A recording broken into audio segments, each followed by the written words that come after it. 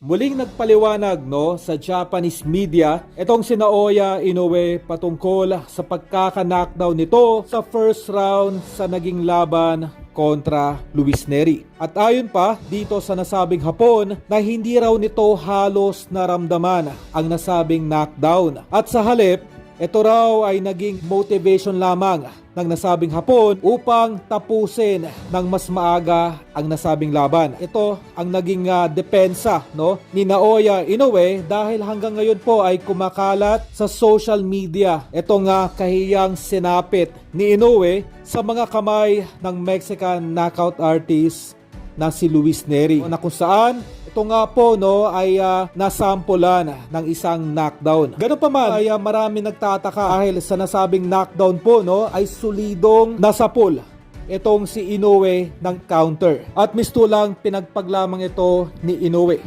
Kaya tumitibay ngayon ang mga spekulasyon na kargado itong si Inoue sa naging laban nito kay Nery. Maaari tayong magbigay ng simpleng comparison dito sa naging laban kahapon lamang ng ating kababayang si Gabalyo, na kung saan ito ay tinamaan ng simpleng counter lamang mula sa isang unknown Mexican fighter. At ito nga po ay hindi na nakarecover pa. Ganun pa man ay kumakalat na rin ngayon sa social media itong naging huling panayam ni Naoya Inoue patungkol sa ating pambatong si Cuadro Alas, na kung saan ito nga po noon ay hiningian ng komento ng mga Japanese media patungkol sa naging laban ni Alas noon kay Ogoni. At dito nga po ay prangkang sinabi nitong si Inoue na hindi naman daw kalakasan itong si Cuadro Alas. At ito nga po ay pinagtawanan pa ng nasabing Hapon. Itong ating pambatong si Cuadro Alas